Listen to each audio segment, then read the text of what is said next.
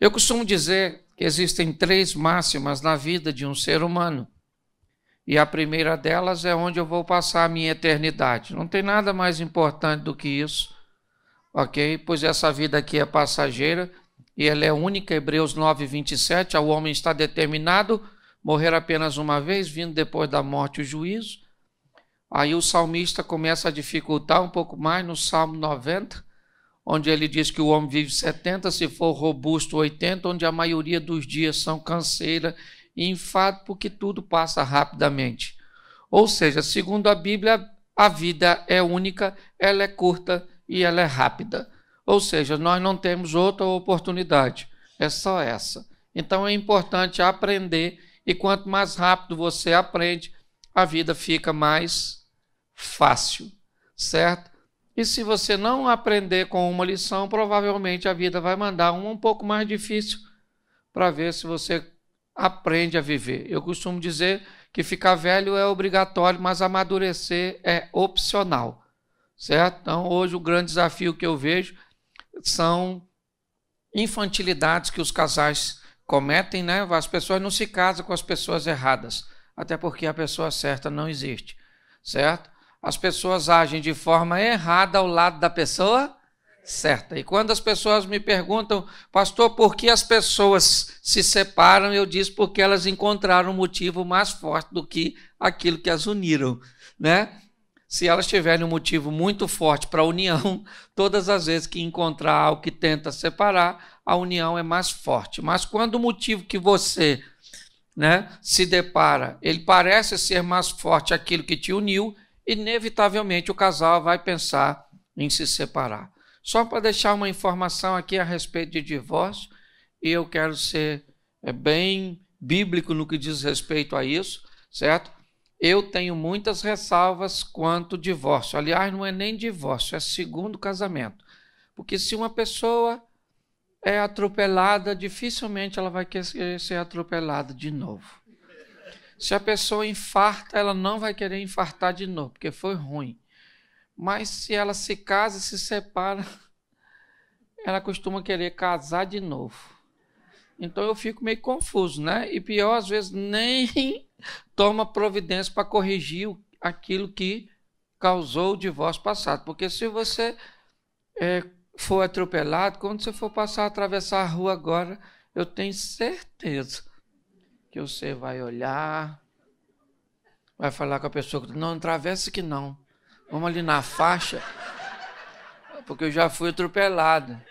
Aí o semáforo fechou, ela fala, é melhor esperar primeiro para ver se alguém para, é ou não é? Ou seja, você vai ter uma série de cuidados para que não aconteça novamente. Então, quando o assunto é novo casamento, muito cuidado. Eu não acredito que Deus tem, né, para pessoas o propósito de que elas sejam infelizes o resto da vida. Eu só acho que quando o assunto é divórcio, tem casos que tem gente que tem que divorciar. Sim ou não? Sim ou não? Só que quem sabe se o motivo é legítimo é só quem divorciou e Deus. Certo? Então, muito cuidado se você pensa em divorciar, ou se você divorciou. Porque se você tem um motivo sério, Deus não precisa de testemunha. Ele estava lá, a hora que você chegar lá para prestar conta, ele vai falar, isso mesmo. Tinha que ter largado, era ruim. Entendi, a senhora. Mas se a senhora largou por um motivo bobo, vai chegar lá e ele vai falar, eu estava lá. E a senhora veio aqui só para ver Jesus. Jesus vai fazer assim. Assim, vai falar para a senhora, aqui não, desce as escadas. O chifrudo está lá para perturbar a senhora, ok? Então, escute bem. Casamento é coisa séria, certo? E se as pessoas andam procurando motivos para saber por que o divórcio está chegando, com certeza, como eu disse no início, é porque a união foi feita de uma maneira insólida, ok? Então é só nós olharmos isso. Marido não é para ser inimigo de mulher. A Bíblia está lá no Gênesis dizendo que, porém, inimizade entre você e seu marido. Não, entre a serpente e a mulher. Você pode falar, pastor, mas a serpente lá em casa é meu marido. Pois é.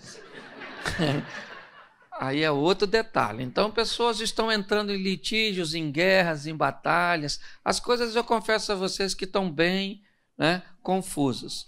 E no final eu vou abrir, aí eu vou falar mais ou menos com vocês durante 1 hora, e no final eu vou abrir, aí de repente uns 10 minutos para alguém quiser fazer uma pergunta, pode usar aquela técnica, um amigo meu tem uma dúvida, e a gente vai fingir que é seu amigo, e está tudo certo, ok? Eu quero conversar com vocês hoje sobre casamento e matrimônio, 2 palavras que têm uma conotação muito próxima de sinônimos. Mas eu quero falar sobre 2 fases do relacionamento. Quando eu falar de casamento, eu vou estar falando da primeira fase, do primeiro momento.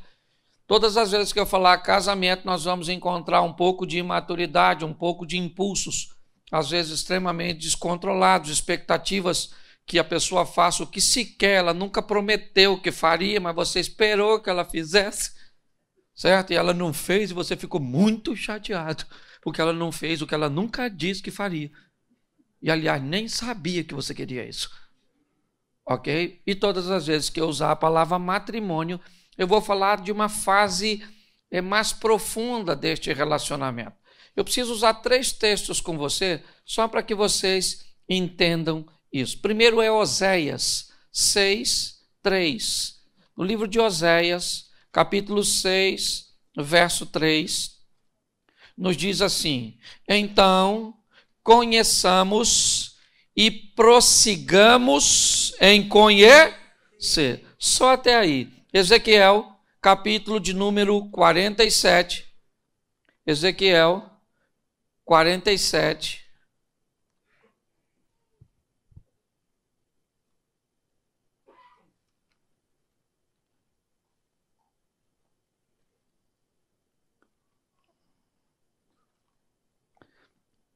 Verso de número 3 diz assim: e saiu aquele homem para o oriente, tendo na mão um cordel de medir, e mediu 1000 côvados, e me fez passar pelas águas que me davam nos tornozelos.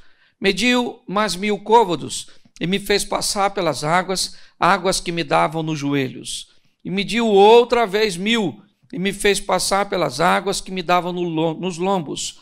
E mediu mais 1000, e era um rio que eu não podia atravessar, porque as águas eram profundas. Terceiro texto, Jó, capítulo de número 42, verso de número 5. Jó 42,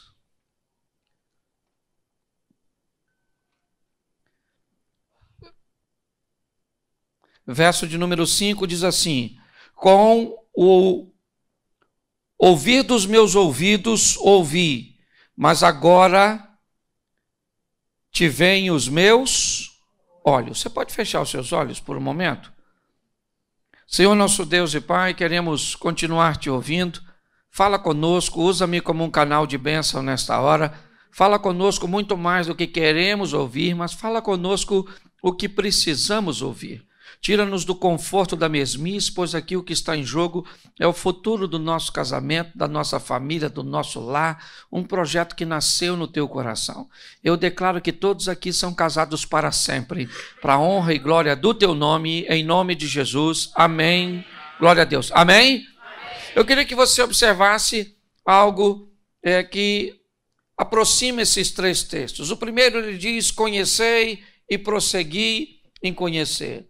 O segundo diz que havia águas no tornozelo, no joelho, nos lombos. E se você pega o terceiro texto, ele diz: no início eu apenas te ouvia, mas agora eu fui para um outro estágio. Todos os 3 textos falam de uma evolução de relacionamento. Ele diz: conhecei, mas a partir da convivência você prossegue em conhecer, ou seja, você vai para uma nova fase do relacionamento. Quando olhamos aqui para Ezequiel, nós vemos algo que começa rasinho, mas que vai se aprofundando. Quando nós vemos o texto de Jó, diz que no começo é ouvir, é com experiências dos outros, mas agora ele diz: os meus olhos te veem.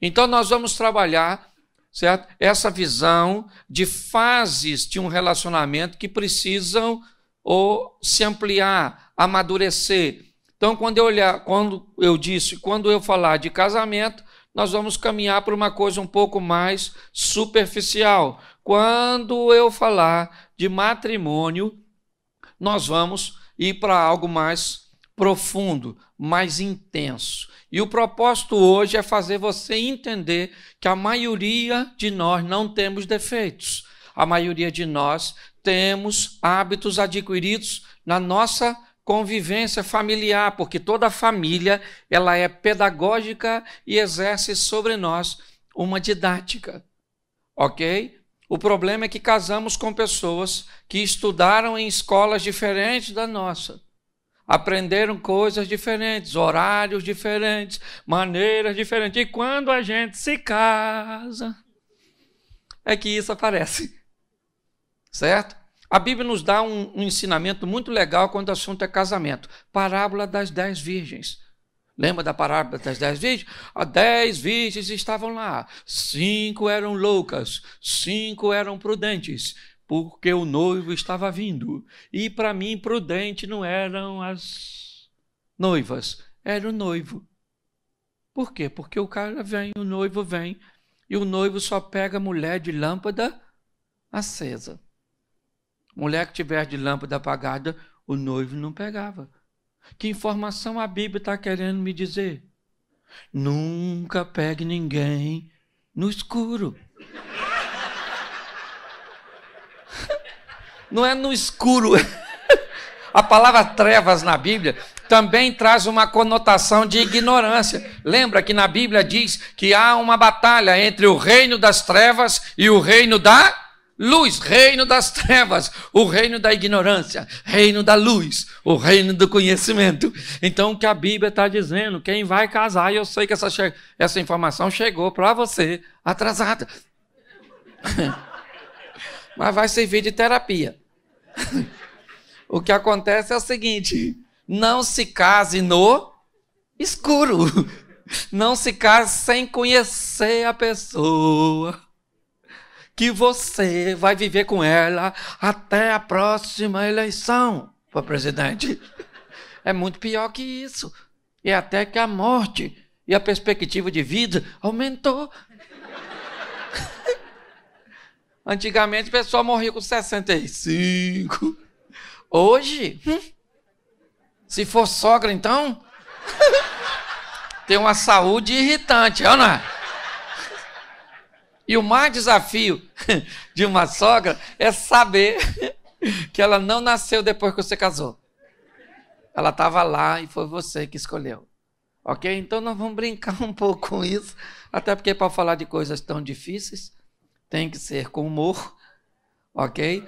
Mas estabelecer essa linha de entender onde minha esposa estudou, o que ele aprendeu, o que ela aprendeu, certo? Na sua infância, horários e uma série de fatores. Mas nós vamos falar aqui, primeiro, sobre essa questão do casamento. Nós vamos definir casamento como expectativas.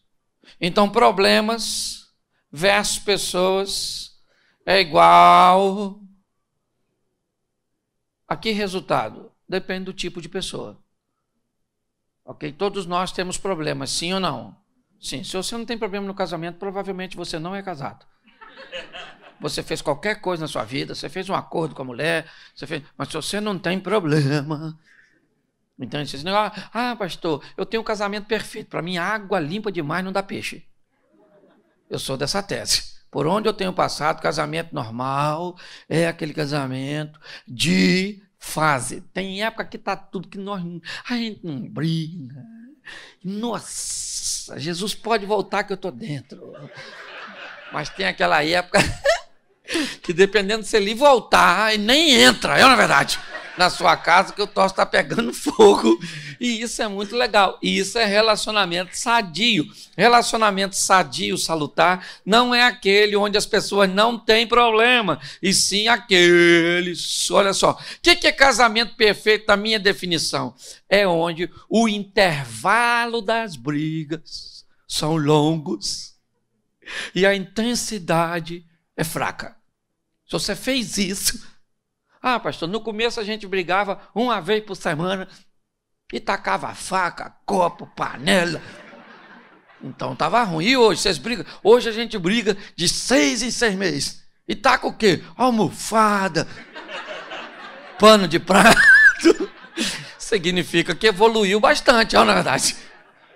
Sim. No começo você xingava a mãe, agora você já está xingando a avó. Vai diminuindo de intensidade, ok? Então, se nós entendermos isso, fica bem mais fácil. O grande problema é que quando nós vamos nos casar, nós temos algumas expectativas.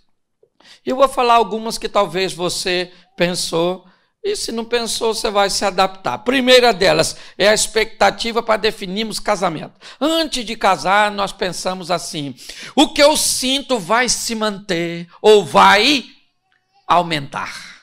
Quem não pensou isso? Hoje eu gosto dela, mas eu vou gostar muito mais. E mesmo se eu não gostar mais, só a intensidade que eu gosto já é o suficiente. Provavelmente você pensou isso, não precisa levantar a mão. Certo? Outra coisa que nós pensamos, o que sentimos sempre será mais forte do que tudo que vamos enfrentar. Pode vir o que vier. Provavelmente você pensou isso. Certo? Isso são expectativas que o casamento traz consigo. Outra expectativa, eu quero ir com você até a morte. Outra expectativa, o nosso casamento vai ser lindo. Certo? A nossa casa vai ser especial. Os nossos filhos serão bonitos, inteligentes, bem-sucedidos. Normalmente as pessoas que se casam com essa expectativa. Isso aí, o dia do nosso casamento vai ser sensacional, só vai ter gente bonita. Você só se esqueceu dos seus parentes. Não é verdade? Sim. Mas você faz planos, por quê? Porque não tem problema nenhum esperar quem está entrando num relacionamento, entra no relacionamento, ok, com boas expectativas, sim ou não? O problema é que toda expectativa não correspondida tem tendência a gerar algum nível de frustração, enquanto você se depara com resultado negativo, mediante aquilo que você esperava, isso pode trazer sérios problemas para você, certo? Então, se entendermos que as expectativas são boas, sim ou não, nós esperamos o melhor. É lógico que algumas pessoas, como eu disse no início, se uniram por motivação muito superficial. Então, às vezes, elas nem precisam de muitos problemas. Por exemplo, eu me casei para conseguir uma cidadania.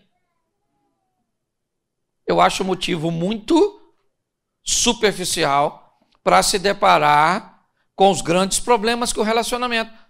Ah, eu me casei para fugir de casa, que eu não estava aguentando o meu pai. Pois é, saiu da mão do bandido e foi para do carcereiro. Só trocou de penitenciária. Não é? Sim. Por exemplo, eu vou me casar para ser feliz. Isso é besteira. Quem se casa para ser feliz, normalmente não vai ser. Porque casamento não é para ninguém ser feliz. Casamento é para você gastar um pouco da felicidade que tinha quando era solteiro. É tudo errado. Ah, eu vou me casar porque quando eu me casar eu vou fazer sexo todo dia. Com quem? Que coisa louca é essa? As expectativas, certo? Quando começam a estourar, nós vamos ter sérios problemas. E aí, como desistir é muito mais fácil do que prosseguir, a gente já entra logo com a palavra separação. Então, eu gostaria que você riscasse essa palavra do seu vocabulário de casamento. Nós não temos rota de fuga, nós não temos saída de emergência, nós não temos nada. É morte, morte, morte, morte e morte. E pasme para você, se morte é uma palavra feminina, é nós que morre primeiro.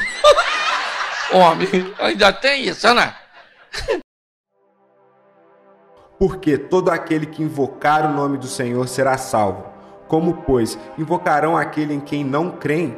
E como crerão naqueles de que não ouviram? E como ouvirão, se não há quem pregue? E como pregarão, se não forem enviados? Como está escrito: quão formosos os pés dos que anunciam o evangelho de paz, dos que trazem alegres novas de boas coisas. Mas nem todos têm obedecido ao evangelho, pois Isaías diz: Senhor, quem creu na nossa pregação? De sorte que a fé é pelo ouvir, e ouvir pela palavra de Deus. Romanos capítulo 10, versículo 13 ao 17.